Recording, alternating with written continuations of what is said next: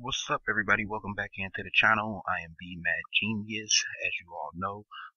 Today I will be bringing you my Elimination Chamber 2013 preview slash predictions.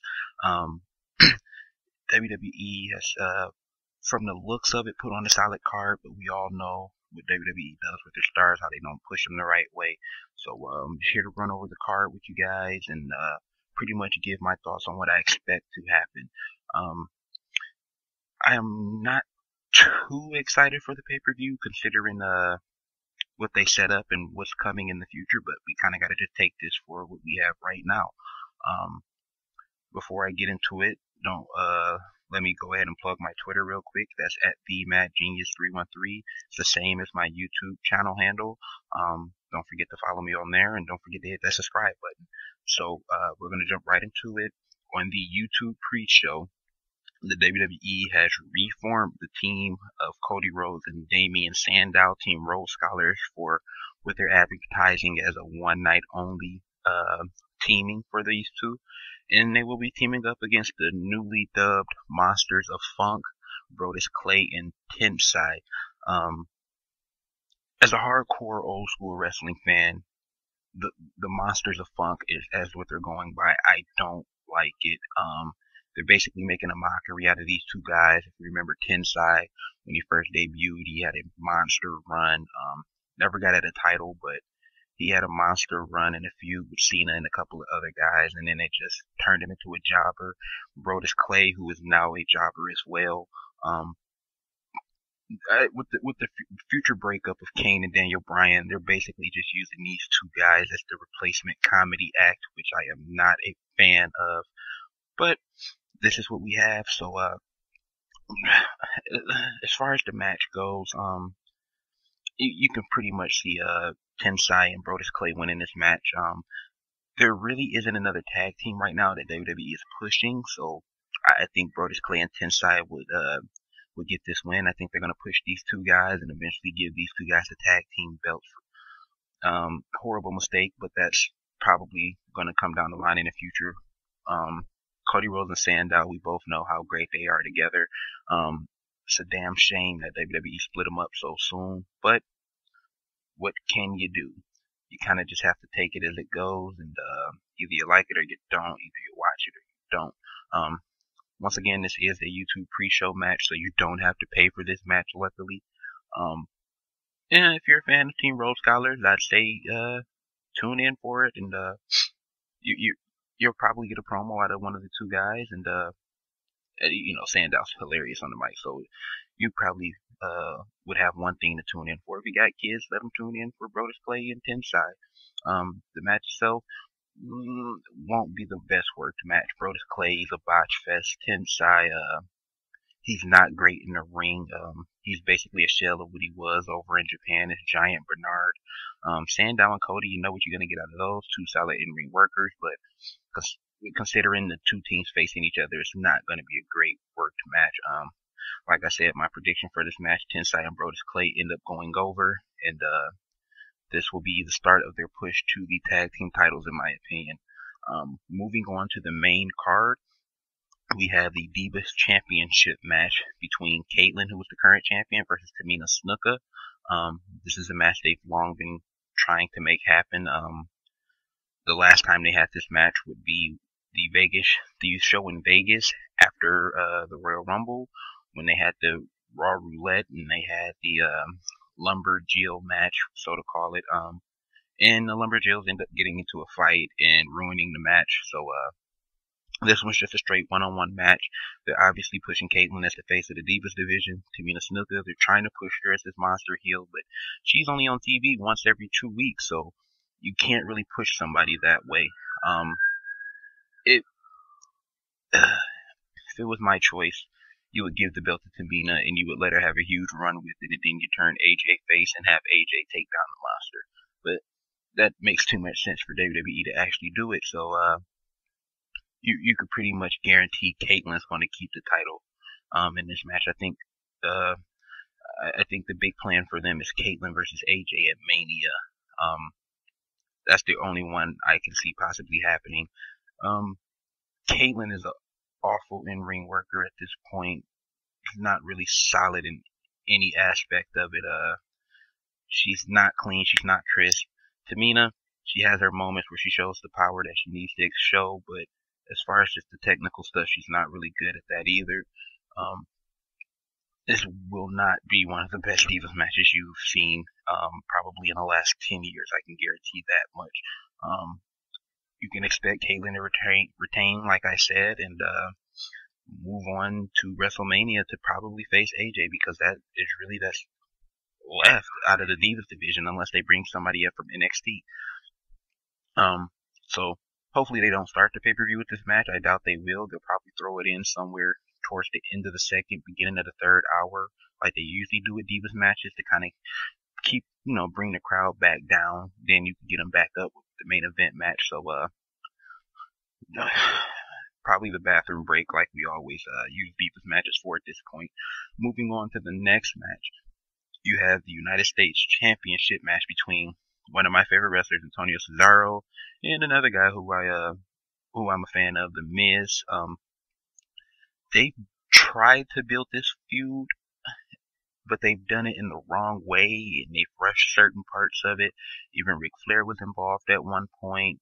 Ric Flair actually passed on the figure four to The Miz as a finishing move.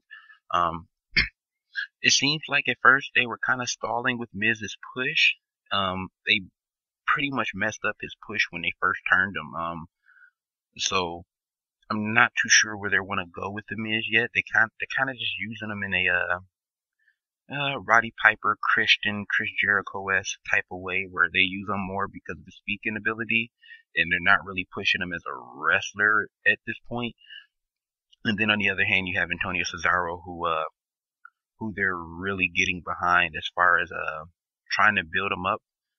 They're doing it in the wrong way. It's not really building his credibility up, but I can say at least they've kept the belt on him for a while, and they have let him get some quality wins along the way. The only way I see Cesaro dropping this belt is if Ric Flair makes a surprise entrance and helps The Miz win, or if they're deciding to move Cesaro up to the main event level, so they have to take the belt off of him. Outside of those two reasons, I don't see Cesaro dropping his belt to The Miz right now. You gotta let Cesaro keep that belt until WrestleMania. Hopefully get a win at WrestleMania, and in a championship match. Right now The Miz doesn't need the belt. With all the extra stuff that they have him doing, he doesn't need the belt. A lot of people say it's a prop, but for a guy like Cesaro, he kind of needs that belt, because once he drops it, WWE's probably gonna drop the ball on him. So, I believe he keeps that belt for the time being. The match itself, I think this will be a solid match. If I was to grade it, I'd probably give it a 3 out of 5 star match, considering who's in it. Cesaro, we all know, is a really, really good worker, and The Miz has his moments as a worker. He's average at best as a worker.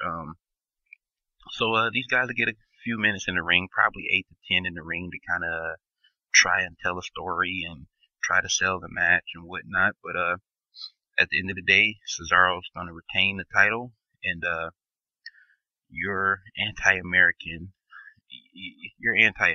Antonio Cesaro, also known as Claudio Castagnoli, which I still slip up and call him a lot of times because that's where I know him. That's where I know him as. But Antonio Cesaro retains the U.S. Championship in this match, and hopefully continues his streak with the belt. The next match on the card, you have the World Heavyweight Championship match between Alberto Del Rio and the Big Show. This will be the third match between the two. First match, of course, was the Last Man Standing match on SmackDown about a month and a half ago, where Del Rio won the title. And then the second match was at the Royal Rumble. It was another Last Man Standing match where Del Rio retained the title. The two ways Del Rio has won his matches against Big Show have been, in typical Del Rio fashion. The one thing I do like about what they've done with Del Rio is they've turned him face, but they've allowed him to kind of keep certain aspects of his character that were important. So you look at the whole taping Big Show. to the ring ropes at the Royal Rumble. That's still in Ricardo continuously helping him. That's maintaining aspects of his character, and that's the one thing they've done well with Del Rio. They're really building this up around Ricardo Rodriguez. Big Show's assaulted Rodriguez on multiple occasions, and they have it where Del Rio is aiming for revenge. I'm not sold on how they built this match. It's just after 2 times seeing these 2 guys wrestle. Yes, it's been a good feud, but the 3rd time isn't really, it really doesn't have a purpose at this point. They're obviously pushing Del Rio as the face of the Latino community in wrestling right now. I'll get into that later, and you guys will probably see why I think they're doing it. And but as the match goes, the first 2 matches that they've had have been solid. I expect this one to be nothing less. You can probably expect a 3 out of 5 star match out of this one. I believe this is just a regular singles match. So you better believe Del Rio and Rodriguez will find some underhanded way to trick the Big Show and sneak out with the title. They're really just trying to build Del Rio up, so there's no reason for him to drop the title to Big Show unless they have Ziggler cash in. But I think they're going to hold off on Ziggler cash again, although he is not on the card. May I note that Dolph Ziggler is not on this card anywhere, so you can probably at least expect a cash in attempt. But besides the Ziggler thing, Del Rio Big Show, 3 out of 5 stars probably. It'll be a solid match. It won't be anything memorable, nothing too spectacular.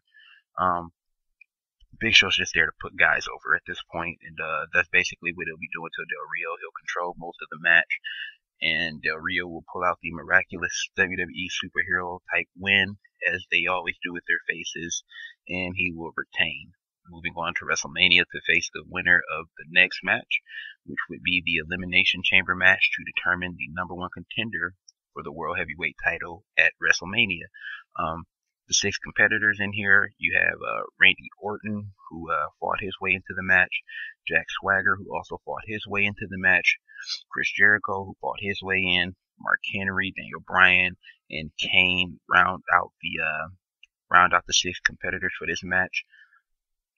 Now, this match is very interesting because WWE's always used the Elimination Chamber to kind of set up feuds going into WrestleMania, which I think is a smart idea. So, the most important thing about this match isn't the winner, but it's the interactions between the competitors in the match. So, for instance, Daniel Bryan and Kane, we all know the breakup is coming. They still have the tag belts, but in this match, I think this is the point where we finally see it coming ahead, and then eventually they drop the titles within the next month going into WrestleMania, which would totally split them. So I think those two interactions would set those guys up for that feud coming up. The next interaction I am interested in seeing is Mark Henry and Randy Orton. Seeing what happened between those guys on SmackDown with Mark Henry defeating Randy Orton to earn the last spot in the Elimination Chamber. I think it'd be interesting to see which direction they want to go with Orton and Henry. Orton is supposed to be having a long planned heel turn, but we've yet to see it. Mark Henry, he's just gotten back from injury, and we kind of want to know where they'll go from here. I don't really know where, though. I just don't know where. Orton, I'm not really picking Orton to win this match. I don't think they'll go Orton Del Rio at Mania, so that makes no sense to me. Jericho, I don't think they'll go Jericho Henry at Mania. Jericho Del Rio at Mania, and I don't think they'll. Well, so to me, the two leading candidates to win this match for me are Mark Henry and Jack Swagger. Mark Henry because he's a dominant heel, which they need in order to continue to get Del Rio over, and especially after Mark Henry's attack on Rey Mysterio and Sin Cara, it would make sense for him to go up against Del Rio, considering they're pushing Del Rio as the face of the Latino community. Second would be my favorite to win the match. I don't like him, but Jack Swagger. Um, his new manager, Dutch Mantel, well, we all know him as Dutch Mantel if you're an old school wrestling fan, but the new fans probably know him as Zeb Coulter.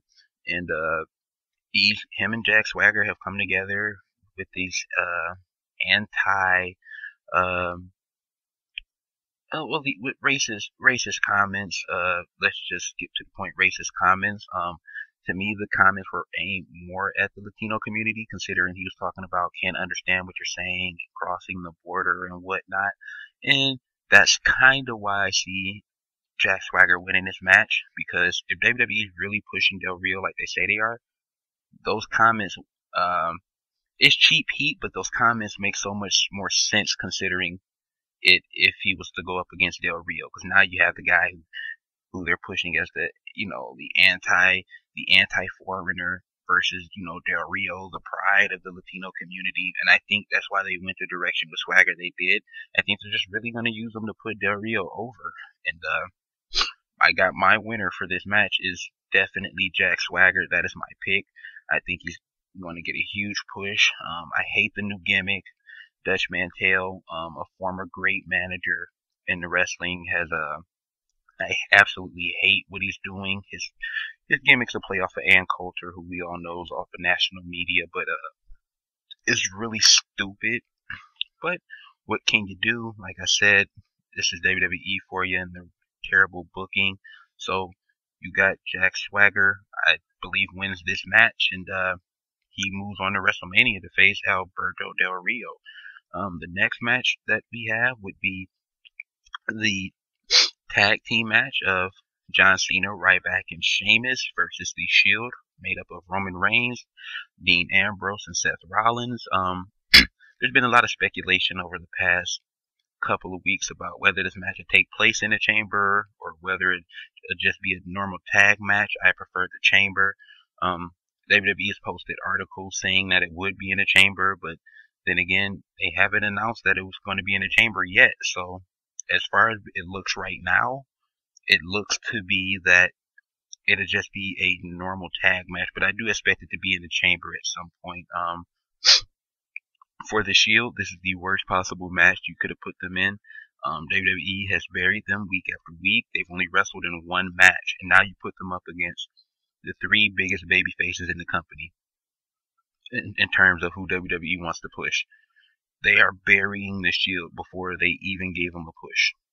And I kind of almost don't want to talk about this match because you look at it, you got Super Cena, Ryback, and Super Sheamus in a match, and there's no way that these three guys lose to the Shield. There's just no way.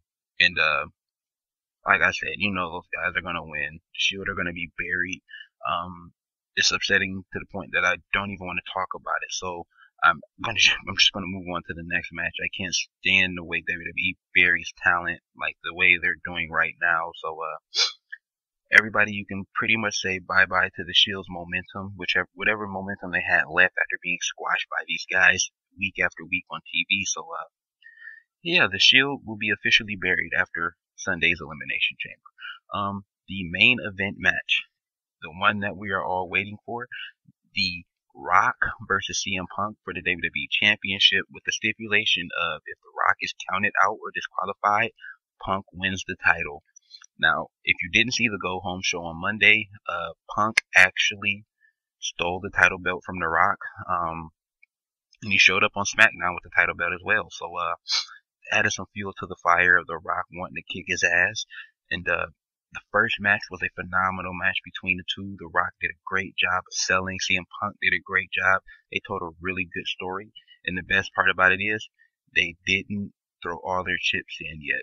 So this match right here is going to be the one where they throw their chips in. And this match is going to be better than the first match. Man, you can expect these guys to get 25 to 30 minutes in the ring as they did last time. Punk, I don't know what trick WWE has up their sleeve though. The Shield's not there, so I don't expect the Shield to show up at any point. Brad Maddox, who hasn't been around for a while, is a possible candidate for somebody to step in. Also Brock Lesnar, but I I think they're gonna hold off with the Brock Lesnar thing for a while. But The Rock versus CM Punk, I see it happening now. Rock is easily going to win. A lot of people complain about him winning with the Rock bottom with the people's elbow the first time. This time the Rock wins with the Rock bottom. After another great match. It's just good to see the Rock back on top, honestly. Wrestling needed this, and we really needed the Rock to have the title. So, as you can see from the first slide of the video, The Rock, man, what can you say? He's the champion. He's going to continue to be the champion, at least until Wrestlemania. Who knows what happens there? But as of right now, we should be happy and celebrate the fact that he is champion and the fact that he is back. And he gives us a reason to even watch WWE programming. This match right here, I'm predicting 4.5 out of 5 stars. Considering I gave their first match a 4 to a 4.25 out of 5 stars, this one's going to be a 4 out of 5, maybe 5 stars, depending on the finish. Like I said, it'll be a solid ring. You know The Rock's going to bring it, no pun intended. And you know CM Punk is one of the best in the world. Not the best in the world, but one of the best in the world. So, these two are absolutely going to tear it down. Elimination Chamber has been known to be one of WWE's more disappointing pay-per-views. I mean, you got the 2 chamber matches, but the rest of the cards have been terrible. So you can pretty much expect the same here, with all the focus on the chamber match, with all the focus on the top 3 build matches being the WWE Championship, the World Heavyweight #1 Contendership chamber match, and the Shield versus Ryback, Cena, and Sheamus.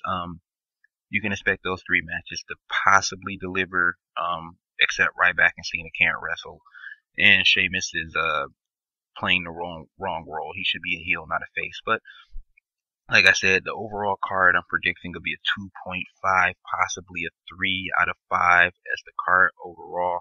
You know what?